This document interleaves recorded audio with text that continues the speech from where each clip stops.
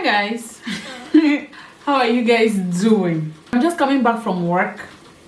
I know you're going to say, Flavie, which work again? Did you not just tell us that you're working from home? Remember I told you guys that when I need simple cash, I might probably go to the hotel or the factory to work. So I'm coming from the hotel today. So in this video, I'll be undoing my hair and then gisting with you guys. Like, there are so many things in my mind. And I feel like YouTube is gradually becoming my best friend. It's becoming my diary. This is where I get to air my mind without being scared, without being judged. So I'll be undoing my hair while I'll be talking to you guys some of the things, especially some of the things that Africans do in this Belgium that is really annoying. And then we'll be talking about some of my racist experiences. So sit tight and let's go. But before we go, let me go and eat.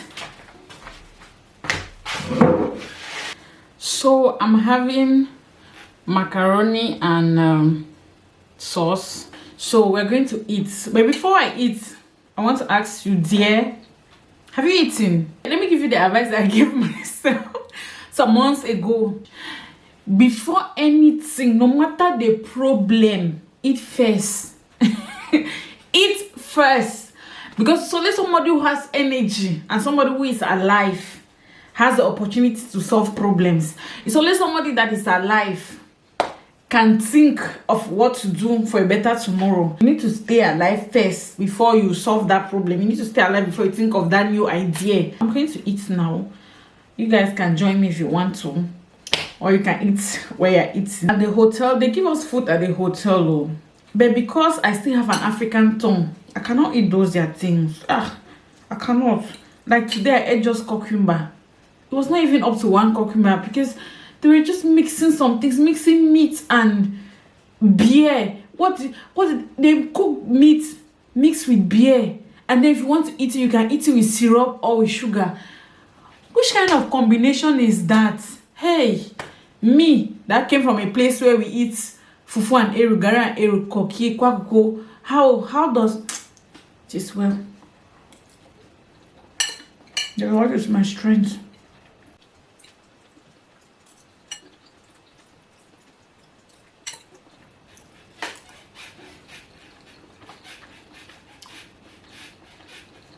I'm not a big fan of macaroni, but you see this particular type of macaroni, these small ones, perfect.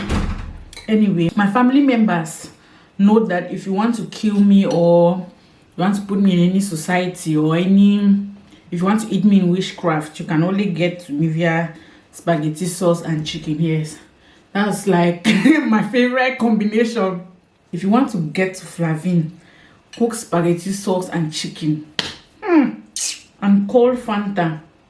Like I said, if I'm coming back from work, I look tired, I still need to take a bath, but I'm like, let me undo my hair. Let me undo my hair before I go and bathe. And I just bathe at once. And then while I was eating up, oh my God, Kelly Stamps just put up a video, and in a matter of minutes, she has like, in a matter of 2 minutes, she has like 350 views. So before a few hours, we'll be talking about maybe 10,000 views. And I'm just thinking in my head like, God, when? Hey, it shall happen for us all in Jesus' name. Amen. Let me tell you guys something. I know somebody, this hair, I've been carrying this hair for like 2 months. Don't judge me. Don't judge what you don't know. If you've not lived in Belgium or in Europe in general before, don't talk. Or even if you lived in Belgium or in Europe generally and you did not come as an international student, probably you were born here, you know, you have all the means. Shut up. You don't know what you're talking about, okay? International. Let me tell you guys a very funny story. When I just came and I used to see how people, they'll carry hair is very old. And I'll be like, can you not go and do your hair? Why are people carrying their hair like this? Look at me now. 2 months. Flavie, you carry hair. 2 good months. Wow. And another thing that my hair cannot even last even if I try it, because I don't know if you guys have taken note, but I have a serious issue with my scalp. My own is not dandruff. I don't know how, I don't know if it's psoriasis or what I'm suffering for. And this is me begging you guys online, if you know any remedy, any product, anything whatsoever it is that I need to use for my scalp, please help me. It's not your usual that you know, the one that is actually falling like flakes. That's what I have. My own case, like I've had this all my life. My problem, this is the reason why I, even in Cameroon, I did not like to do my hair or braid my hair, because if I braid my hair after 5 days, you will not believe it. My scalp will be so white. It just always makes my hair look unkempt, like I'm a dirty person, and I don't like that. So what I decided while I was at work, because normally I was like, I will undo my hair and then buy relaxer and relax my hair. If you don't know, I relax my hair personally. In fact, I shot the video once, but I did not like the way the video turned out, so I did not upload it. But I know how to relax my hair. Those the skills you learn when you come abroad, things that we pay just 2,000 francs in Cameroon to get, I have to learn how to do it. At one point in time, I even wanted to learn how to braid my hair. But why would I even go through the struggle of learning how to braid my hair when my scalp is not good? Guys, please, I need help. If you're a hair brand, you're watching this and you have products that can help with acute dandruff, not just simple dandruff, that the worst stage of dandruff and itchy scalp, please reach out to me. I need help. So I've decided that I'm going to cut my hair. Maybe it's a bad decision. Now I will just be cutting my hair randomly. I will not follow anything because I have plans of going to actually cut my hair. So because I feel like at this point in time, maybe if I shave my hair and I wash it daily, I know that even washing your hair daily is not good, it's not healthy, but if that's the only way that's going to keep my scalp clean, please, I'm willing to take the stress. I'm willing to take that risk. Okay, so this is what we are looking. This is maybe we should just leave this hair like this. I could not find my comb, my tail comb. I don't know why, so I had to cut this disposable fork so that I can use the edge. Like, don't come for me, improvise. See, let me just come closer. You guys see my body. Well, we have not even started to. You see the dandruff. Well, we've not even started. I've not even started doing my hair, undoing my hair. That's the dandruff of my body. Now see, there's something I want to say about black people, yeah, and something I realized when I came. I did not really understand it before. But then as time was going on, I was like, is this how this thing is? Black people in Belgium are very funny. God. You know how we are raised in Africa, whereby when you're walking, you know, you see people, you see elders, you greet and all of that. I know that it doesn't work like that here. I know that abroad is different, but I was expecting it from like white people, you know, how they like to mind their business and all of that. But we were not raised like that. We were not raised like that. So this is me now with all my niceness. At times you see somebody, you see like an elderly person, you greet, they will not reply. At times I used to feel that maybe they did not hear or something. You will greet them. They will not reply you. They will make as if they have not seen you. In fact, let me tell you something. If a black person, you go to somewhere to do something, and then you meet a black person, the way they will look at you, you'll be wondering. At times I used to wonder if maybe I'm carrying something or something is wrong with you. Even the white people that we used to claim that white people are racist, black, the white people don't even have your time at times. So most of the time, they don't even care. Everybody's minding their business. Black people, they will look at you and you think, like, it's at times you can see from their facial expression, like it's like they are indirectly saying, what are you doing here? You should not be here. It's only me that should be here. I remember my first job in this factory around this. I went there to work. The first day we entered, you know, when you go to a new place, like, colleagues should welcome you, make you feel, for where? Like, you see few white people greeting you, hi, welcome, you're welcome, my name is this. black people. That's how this Nigerian girl, and she's from Benin. Yes, let me call her out. I don't know her name, Sha. I can never even know her name. That's why she was just carrying her face. And then now I have this very stupid habit that I need to stop, whereby when I go to a place I just see black people. That's how I always want to. I will now begin to feel that they are my family members.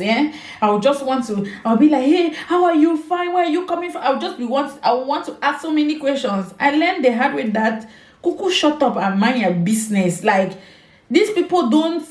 You enter the train, if you see a black person, that's how they'll be carrying their nose up. At times I used to ask myself, like, who did this to us? So because we now cross, is it the Atlantic Ocean or the Mediterranean Sea, all of a sudden we've forgotten our morals, the way we were raised. It's like something just automatically happened to us. It's very funny. It's just a very small percentage of black people that you see in this Belgium that still behave like people that came from Africa. Everybody automatically is white at heart but black outside. They're even worse than white people. I'm telling you that white people don't even disturb. You see black man. We left our own continent.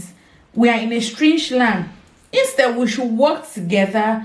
When you see a black person, you should be happy, like interact, like where you coming from, this is and that. Even if you don't want to be somebody's friend, because me, I don't even have energy for friends. You don't want to be somebody's friend, but just be cordial, No, everybody is just carrying their nose up. Like, it's so bad. It has made it in such a way that if I even just enter a train or a bus or go to somewhere and I see a black person, I will just pass. I will just sigh in my heart and pass. Like, it's so annoying. It's just few people. I'm telling you, just few. And it's really annoying at times, especially when we just came. You did not know a lot of places, and then when you want to ask a question, definitely, if, like, let me say you go to the station, by then that time I did not even know how to check the trains and all of that. You see a black person, you're like, oh, this is my own person. Oh, let me cuckoo run and ask you where to. You go and ask them. The way they will make you feel, it's like they just imported you from one forest and you landed in Belgium. I personally think that we need to change. I feel like, for me, if you behave like that, personally, for me, in my heart, I know that you're suffering from inferiority complex. It's not me. You're not doing me. You're doing yourself. Because I don't understand why you think now that you're on top of the world more than every other person. Sometimes when I say black people, when I see these children that were born here, like, the black children that were born here, I don't even blame them, because they behave the same like white people. Those ones are typical white people but in black skin. I don't blame them. Like, their own lifestyle is just different from our own. But I'm talking about you and you, this auntie, this uncle, this brother and sister that were born and raised in Africa, and you've lived most of your life in Africa. Cuckoo, because now you've crossed the ocean, you now think that you have arrived. Very bad. I'm telling you. I don't know. I cannot really say a lot in this video. I'm really trying to not paint people black. Like, black people in some places, they are terrible. They will prefer that you should not. Why in their hearts? What are you doing? Why are you walking? I should be the one walking here. I'm telling you. I remember this experience with this black girl. Factory work, that's not, first of all, easy. I was very tired that day. I walked until I wanted to take 5. I just stood for like 1 minute. That girl came and she was like, why am I standing? I should do this thing. I said, let me catch my breath and rest a bit now. She told me, she's not my supervisor. Just because she has been working in that place for I don't know how long. I came and met her there. She told me that in this place they are not resting. Here is work. This is how I looked at her. I say, you, my own black sister, it's you that is talking to me like this. It's not as if I'm lazy. It's not as if I'm taking my job for granted. No, there's a difference between you taking it for granted now because you feel that, okay, it's a black person that is there, so I can do anyhow. No, that's not the case. I was working. When you're working with your supervisor, and then you put work for a while, you hear your supervisor will tell you that, no, relax, calm down, rest even for 5 minutes, and then we continue. This black auntie is not even the supervisor. She's not a big person in that place. So but she told me that here is work, here is not rest. So if you want to come to Belgium, just program it in your head that black people here will shock you. They'll fail you, they'll fire, and you will not even believe it. Just bring down your expectations. It's just few people, few amazing people. The rest, kokobiakos. So guys, I'm done with half of the hair. If you see my body, if you see the amount of dandruff on my body, you will not believe it, but half of the hair is gone. Yes, I've chopped my hair. My hair used to be longer than this. I've dealt with my hair with that scissor. So we're going to go ahead and do this this other part. But let's continue from where I stopped. Yeah, the next thing that I want to talk about is my first racist experience, and it happened in the train. So this is me, a naive girl. I'm very tired. I'm sure that day I went to work at Antwerp, my first job, which was the hotel housekeeping in Antwerp. I'm sure after that I went to school, and then I was coming back home, and I take like 2 hours just to get to Hassel before I take the next bus to go. Back then I was still living in Heusden-Zolder. Coming back from school with all that tiredness, I don't know, I think I was crossing my leg, and then the tip of my shoe was probably touching the seat opposite me. So this conductor now walks in, and he's like, we should have respect for the seats that people are sitting.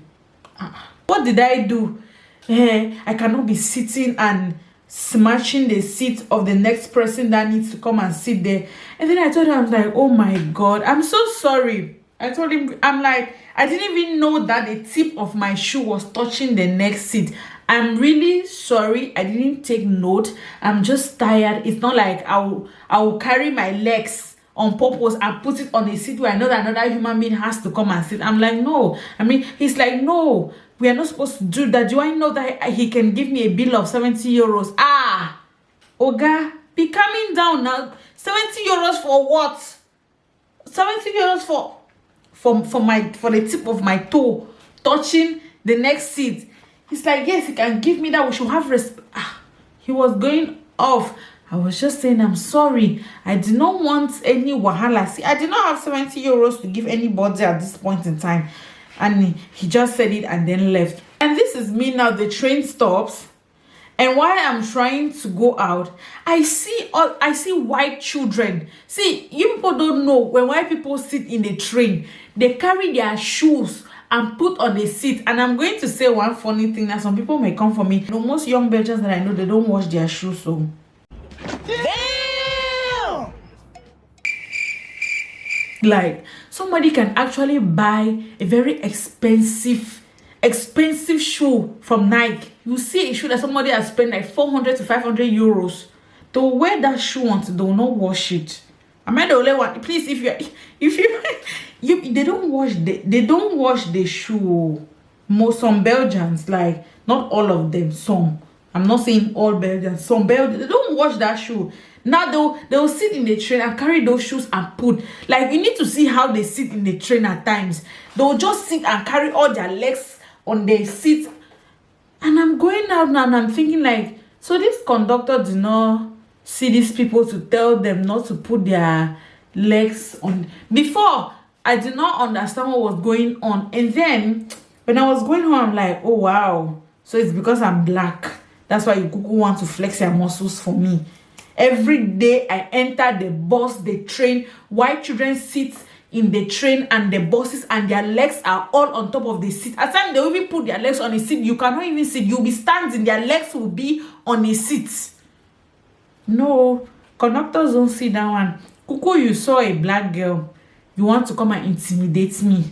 Maybe you thought I did not have a valid travel document, like maybe my subscription card or maybe a ticket. You thought you could come and flex your muscles on me. It's okay. My second racist experience. This one, I'm just clap. At times when I think about it, I clap my hands. I'm like, in this 2022, people are still this very stupid. Because at times, if you are a racist in 2022, you are the most stupid person that I know. Seriously. If I see a racist, like the amount of stupidity that I see on top of your head, I cannot even measure it. So this grandma, this mama that you're hearing, I took a bus from Hasselt and I was coming down to Diepenbeek. You know me, my African mindset. There's no way that, let me say, like, I go to a place and then an elderly person walks in and there are no seats and I'm sitting while that elderly person is standing. God, my ancestors will strike me. There's no way I can do that. It's the same way like if I enter a bus and then an elderly person walks in, or I see a woman that is pregnant walks in, or I see a woman walks in with a child, nobody needs to tell me. I will stand up and give you my seat. I do. It's very normal. For it doesn't disturb me in any way. I am inside this bus.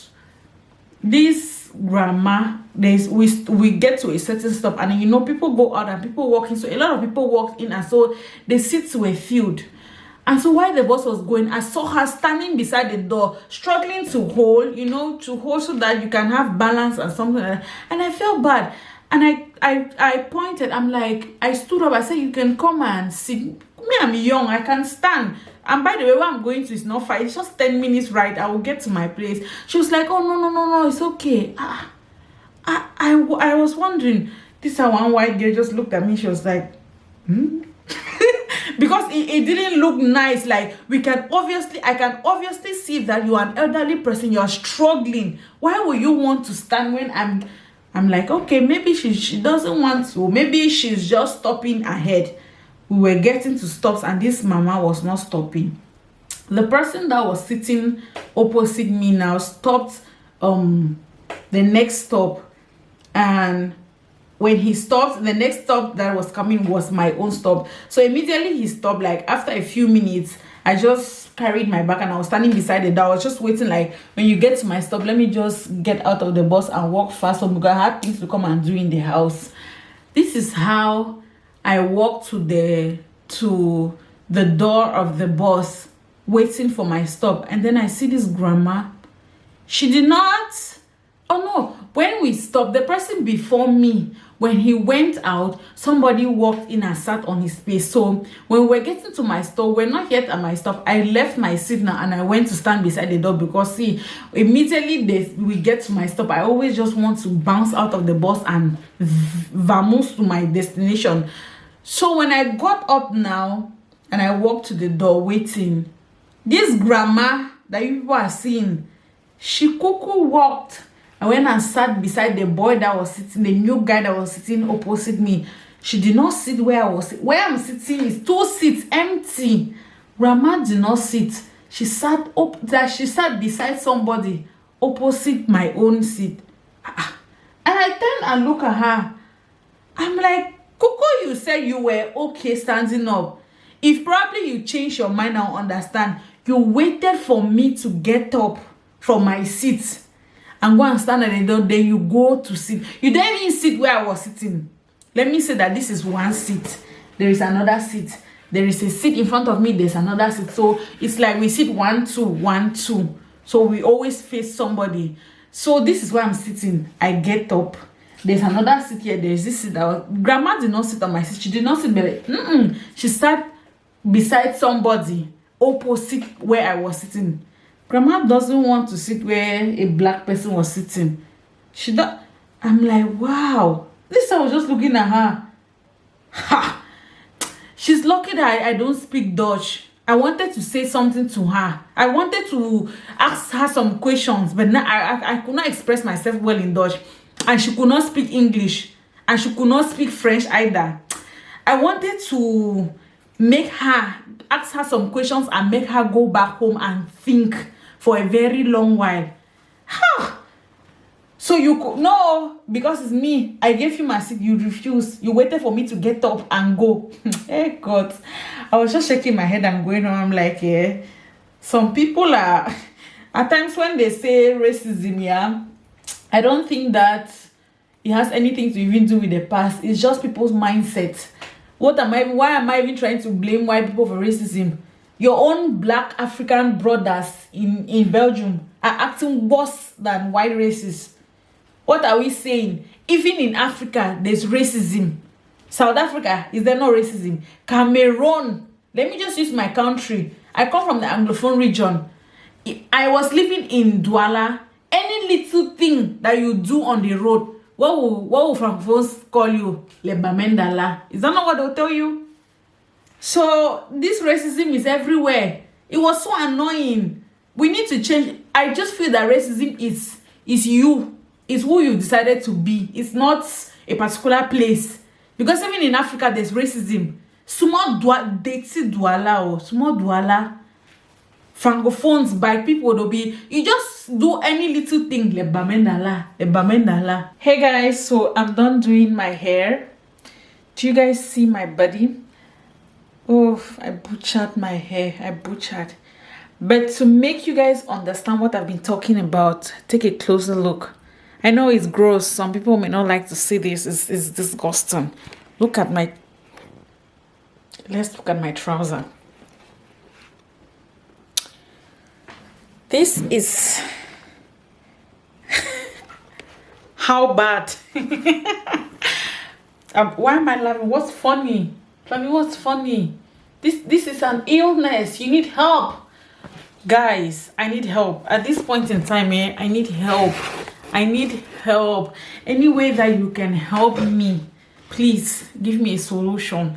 So this is my hair after I've butchered half of it already. It's on the floor. Like, I have so much hair that I love, but dandruff will not allow me keep my hair.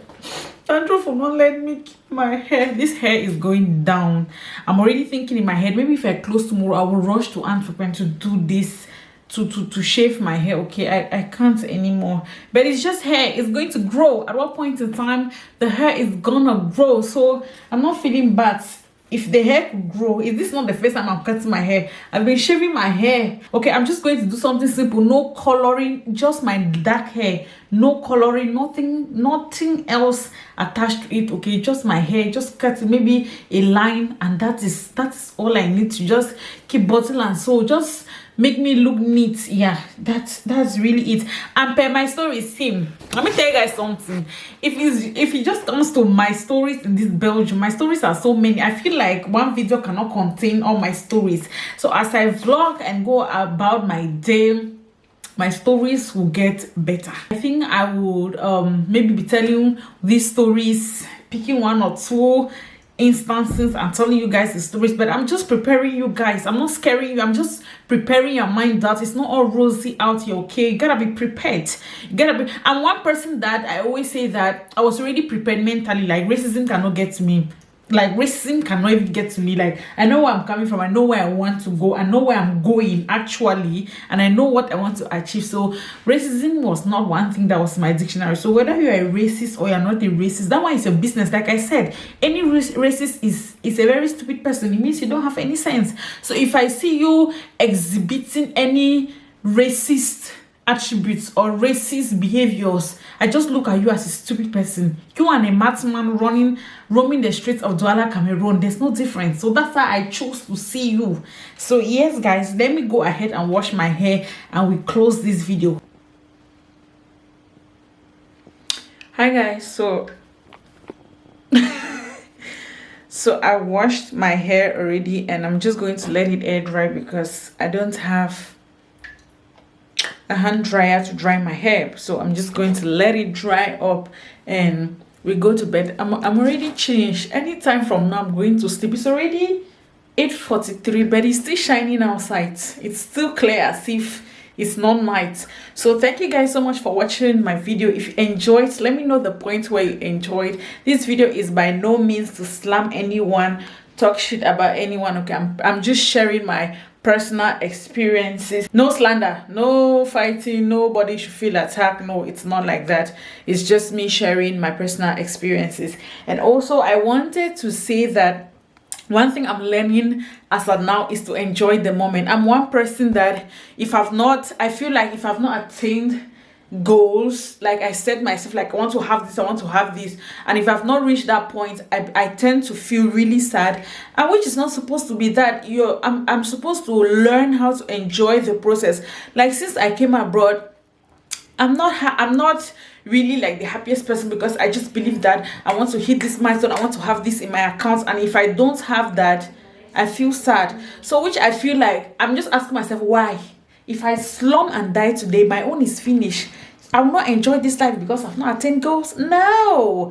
So what I'm trying to say is that learn to enjoy the moment. So some of you that want to come abroad, you're probably stressed. You're probably feeling like, oh, I can. Even if you're in Nigeria and Cameroon, enjoy it while it lasts. Okay, because trust me, when you come abroad, 90% of the time you want to go back. Me, I'm one of those people. 90% of the times I'm like, I want to go back home, but I cannot go back home because I have nothing waiting for me there. No investment. If I have a good investment, I will jack back home. So learn to enjoy the moment while it lasts. Okay, until something great comes, learn to enjoy the moment. So I'm going to see you guys tomorrow. Hopefully I close and we're able to catch the train and go to Antwerp to cut my hair. But thank you guys again so much for watching. Don't worry, if you want me to be sharing some of these my stories and some of these my experiences, let me know. While I'm vlogging, I'll be putting them inside my vlogs. Thank you again so much for watching. I love you guys, and I'm going to see you in my next one. Bye.